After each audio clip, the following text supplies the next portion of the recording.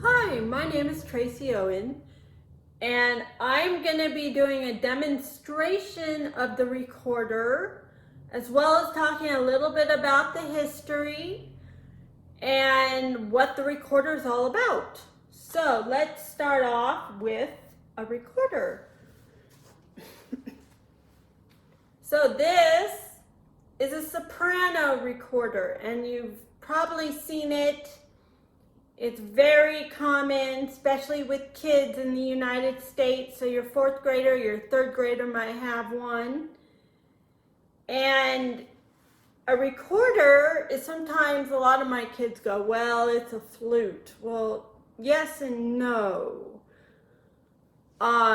Recorders sometimes were called flutes during different eras of time and in different countries, but they really are different from the flute, even though they're woodwinds like the flutes are. And this recorder, this soprano recorder, has three parts to it: a head, a bore or the middle joint, and the bell, or the foot joint. And as you can see, the bore has holes, and so does the foot joint, but it has one hole in the back, and then the bore itself has 6 holes in the front, and then there's an added hole, a 7th hole, making a total of 8 holes on the recorder on the bell. And so you put a recorder together like so. You want to angle the bell hole like so, so your pinky can reach it.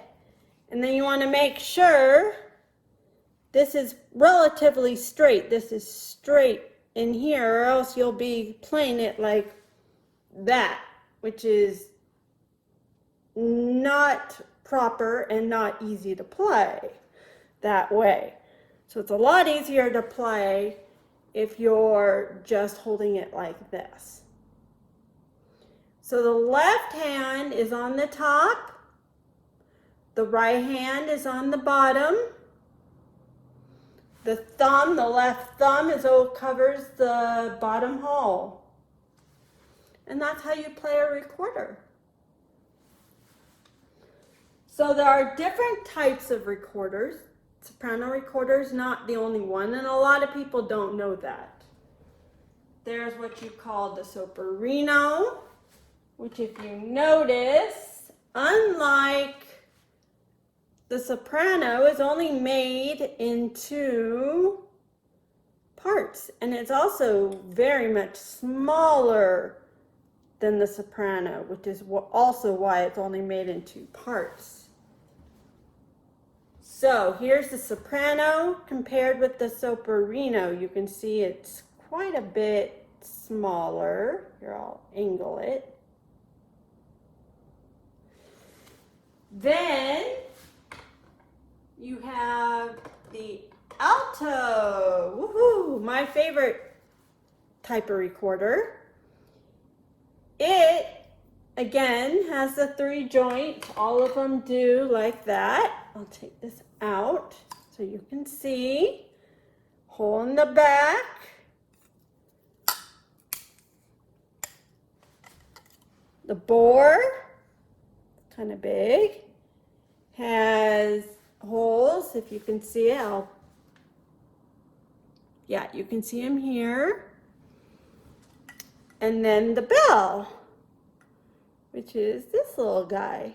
But he's big. He's a lot bigger than the soprano. Oh, not easy to get on sometimes. So here's the soprano versus the alto. So you can see that the soprano is smaller than the alto by quite a bit. just like the soprano is smaller than the soprano. So I got two more sizes for you. One is very, very big and the other is pretty big. This big one is the tenor. And as you can see, this tenor has a bent neck or a bent head joint. And this head joint is bent because of people like me. I'm small, I've got small fingers, I can't even play the biggest one, which I'll show in just a minute.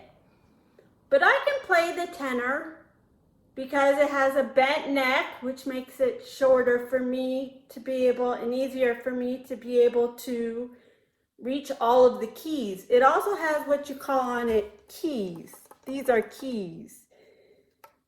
These make it easier to cover the holes, since the holes on the tenor just are bigger than the alto, and like this one. So that's the tenor for you. Here is the bass. This guy is big. And there's actually one bigger than this. Here, let me hold him up. Here he is. He's huge. Again, he has a bent neck, probably for the same reason. My teacher who gave this to me is small, like me, is short, with not too big of hands. So she probably needed the bent neck and the bass as well in order to be able to reach all of the holes. But this one is a little too big for me. I can't really play him. As you can see, the hole's huge. There are keys. And the holes are much bigger than they are in the tenor. So you have, here's a soprano compared to the bass. It's just a tiny little thing. Now, why have all of these recorders? Well, let me play one for you, the soprano, and I'll just play a very easy tune on it. And then I'll play the same tune on the alto and the tenor. So here it goes. You'll know this song.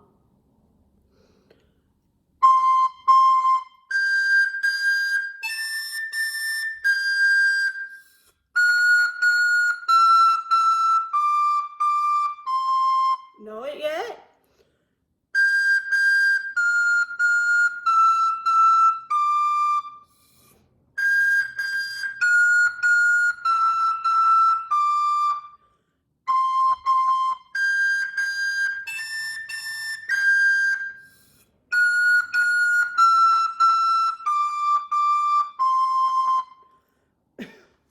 So you might have noticed it's quite squeaky. It's more like a piccolo. And yes, it is very high, very shrill, and it's not my favorite recorder to play because of that. I much prefer, and that was Twinkle, Twinkle, Little Star, for anybody who didn't know. I much prefer an alto or a tenor. So let me play the same song on the alto, and I think you'll notice a difference.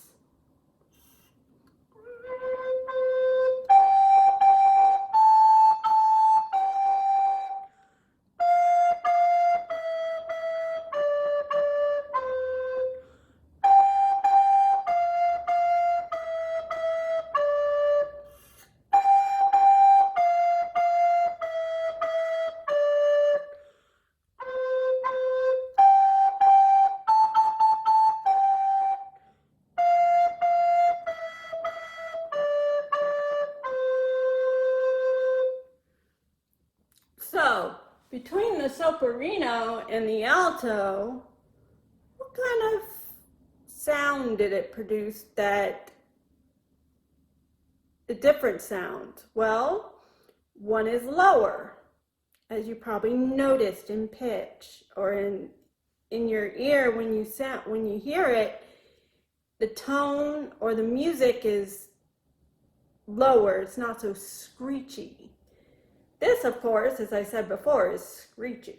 So which do you prefer, the alto or the soprano?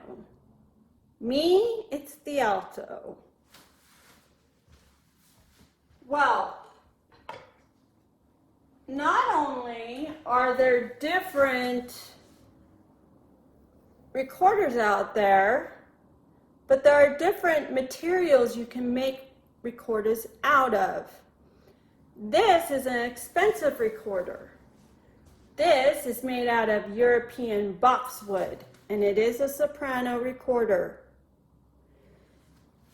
It has, if you listen to it, it has probably, you would consider a way better sound than any of these plastic recorders.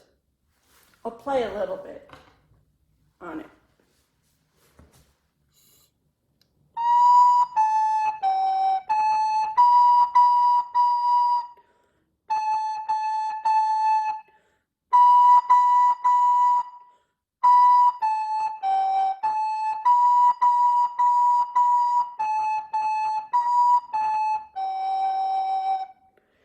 That song, in case you didn't know it, is called Mary Had a Little Lamb. And if you notice, it has this recorder made of boxwood, European boxwood, has a very much mellower sound than even a nice plastic recorder, which is a wood and plastic hybrid, or half and half. This has wood pieces in it. So, a nice plastic recorder is what I played in the piece for the walk. Here it sounds.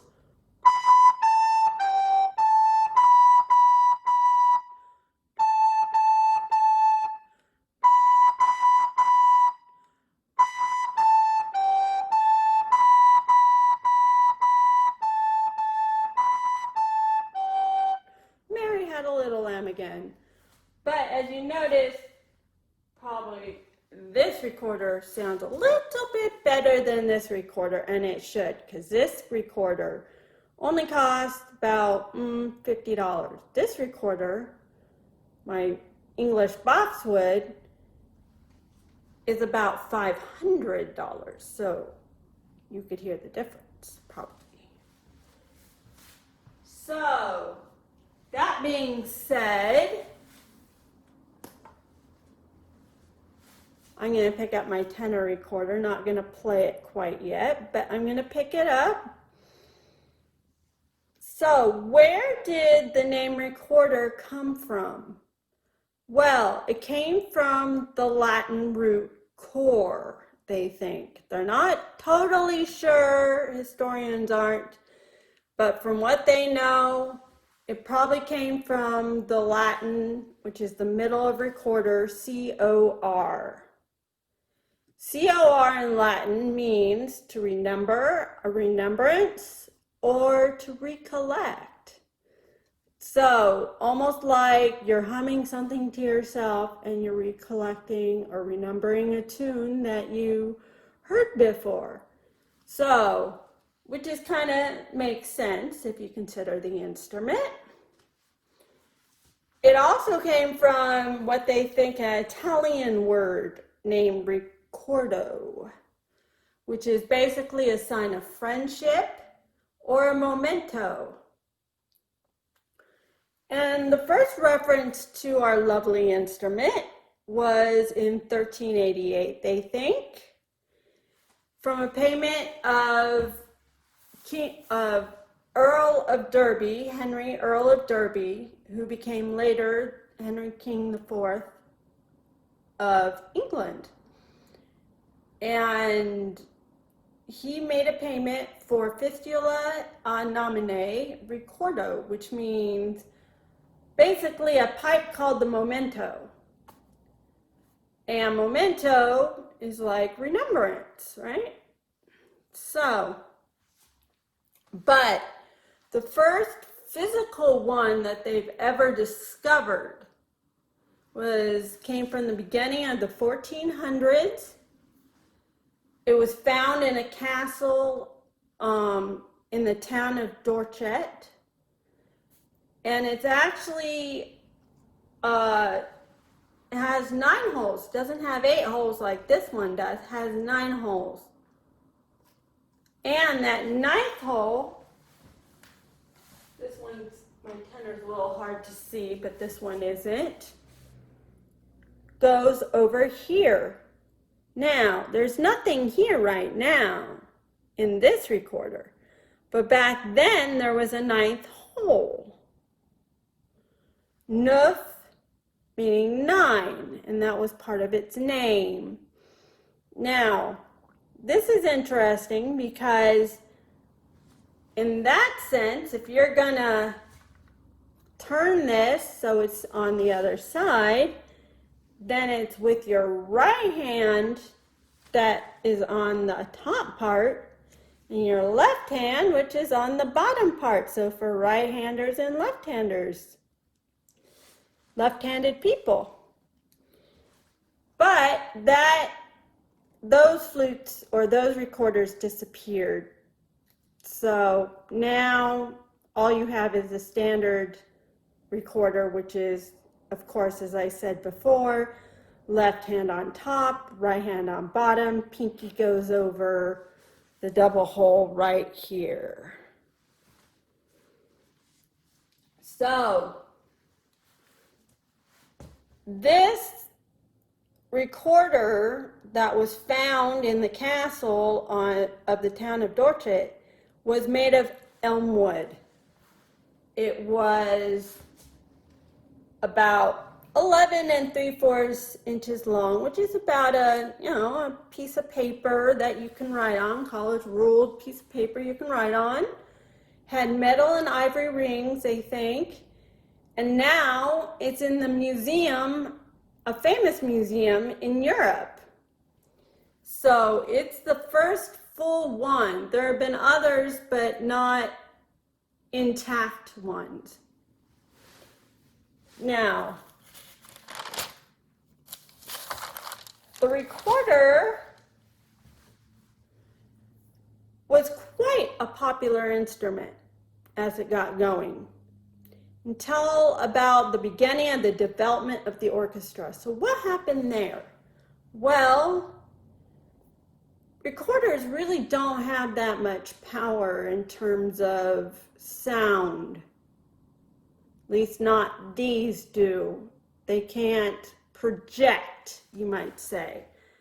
So they would never be heard over the orchestra, over a full orchestra or a full gathering of instruments. So they kind of lost favor, but there were certain societies that kept it going, like clubs, you might say, that kept it going. And this is about when the flute that we know today became very popular, because it could project the way this could not. So those made it into the orchestra. Recorders, unfortunately, did not. And they stayed out of the music world for quite some time. Before the revival, they were seen more as a historical instrument, or one to be studied more than to be played. Now, this changed with Dr. Carl Goldsmith, who was part of the Society of Recorder Players in that club that I'm talking about. in Europe, and he was a soloist, a recorder maker, a teacher in the mid-1900s. He was also very internationally renowned in that time and very well respected. So he was very instrumental, and the Society of Recorder Players were very instrumental in bringing these little guys back. Woohoo! And that's very exciting because these are very cool instruments.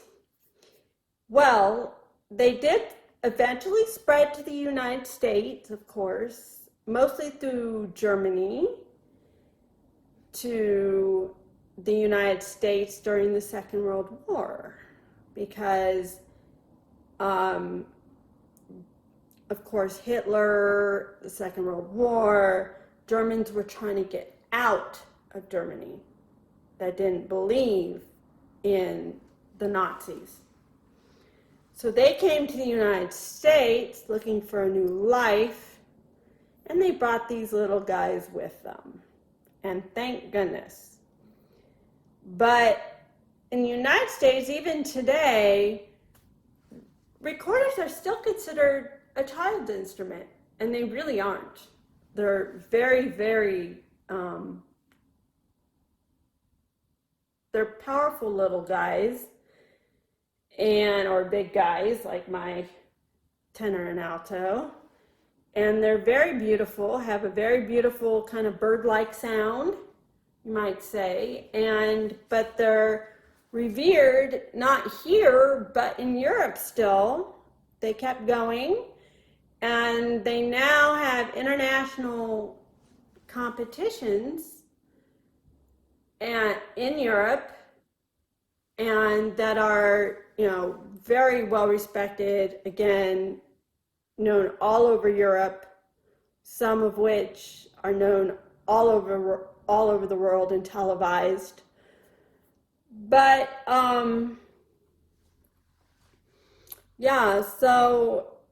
but the reputation of the recorders coming along in the United States, we have a couple of very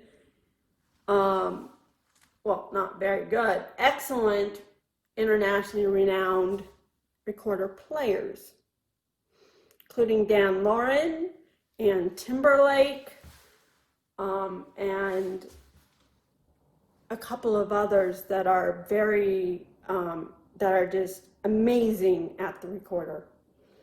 There's also other recorded players in Europe that are amazing. Lucy Horsch out of the Netherlands, Michaela Petri, Miriam Verbruggen, several others that you could probably go to YouTube and look them up, and I think you'd be quite impressed with how they play. So to wrap up, I just wanted to re-emphasize all the recorder family. Here they are. Let's see if I can get them all. They're kind of, the big ones are kind of. So here's the recorder family. And they're great instruments. I love playing them. I'm going to be playing, maybe they've accepted my recording, The Candle on the Water from Walt Disney's Pete's Dragons, one of my favorite tunes, and I play it. I'm going to play it on the soprano. This is actually the one I'm playing it on. And I hope you enjoy the music, the walk, and enjoyed my presentation on recorders. Thank you very much, and enjoy the rest of the day. Bye-bye.